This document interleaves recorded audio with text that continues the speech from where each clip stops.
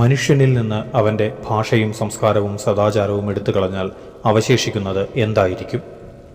അവൻ വീണ്ടും മനുഷ്യനായി തന്നെ തുടരണമെന്നുണ്ടോ?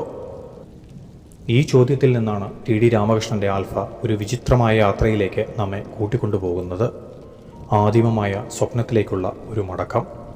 ഭൂപടങ്ങളിൽ പോലും അടയാളപ്പെടുത്താത്ത ഒരു ദ്വീപ്. അതിന് പേരിട്ടത് ആൽഫ.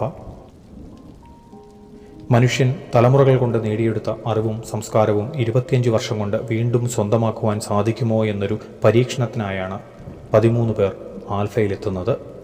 കേൾക്കുമ്പോൾ തികച്ചും ശാസ്ത്രീയമായ പരീക്ഷണമെന്ന് തോന്നിയേക്കാം. മനുഷ്യൻ്റെ ആഗ്രഹങ്ങൾക്കും ഭയങ്ങൾക്കും അധികാരമോഹങ്ങൾക്കും സ്നേഹത്തിനും വെറുപ്പിനുമെല്ലാം പുറം ലോകത്തിൻ്റെ നിയമങ്ങളില്ലാതാകുമ്പോൾ എന്തായിരിക്കും സംഭവിക്കുക? സംസ്കാരം നമ്മെ മനുഷ്യരാക്കിയതാണോ? അതോ സംസ്കാരം ആദിമമായ വന്യതകളെ മറച്ചുവെക്കുവാൻ സഹായിക്കുന്ന ഒരു ഉപാധിയാണോ? ആൽഫ ഈ ചോദ്യങ്ങൾക്ക് എളുപ്പമുള്ള ഉത്തരങ്ങൾ നൽകുന്നില്ല. ഓരോ ഉത്തരങ്ങളുടെയും പിന്നിൽ മറ്റൊരു ചോദ്യത്തിൻ്റെ വാതിൽ തുറന്നു വയ്ക്കുന്നു. ആൽഫ മനുഷ്യൻ്റെ ഉള്ളിലെ ഒരു ഏകാന്ത ദ്വീപാണ്. അവിടെ ഓരോരുത്തരും തങ്ങളെ തന്നെ നേരിടേണ്ടി വരുന്നു.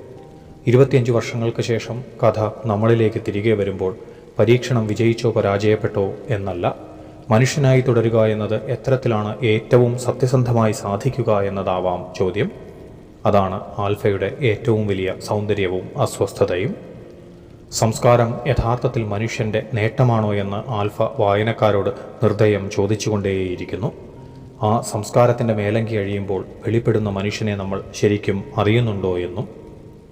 ഉപലേന്ദു ചാറ്റർജിയും 12 സഹയാത്രികരും പുറം ലോകവുമായുള്ള ബന്ധങ്ങൾ വിച്ഛേദിച്ച് ഭാഷയും സംസ്കാരവും സാമൂഹിക ചട്ടങ്ങളും മാറ്റിവെച്ച് 25 വർഷം ഒരു അജ്ഞാത ദ്വീപിൽ മനുഷ്യൻ്റെ ആദിമാവസ്ഥയിൽ നിന്ന് ഒരു സമൂഹത്തെ പുനർനിർമ്മിക്കാൻ നടത്തുന്ന പരീക്ഷണം. എന്നാൽ ഈ പരീക്ഷണമൊടുവിൽ മനുഷ്യനാരാണ് എന്ന കൂടുതൽ അസ്വസ്ഥമാക്കുന്ന ചോദ്യത്തിലേക്കാണ് വായനക്കാരെ എത്തിക്കുന്നത്. ഒരു ദ്വീപിൽ മനുഷ്യർ സ്വയം പരീക്ഷിച്ച കഥ.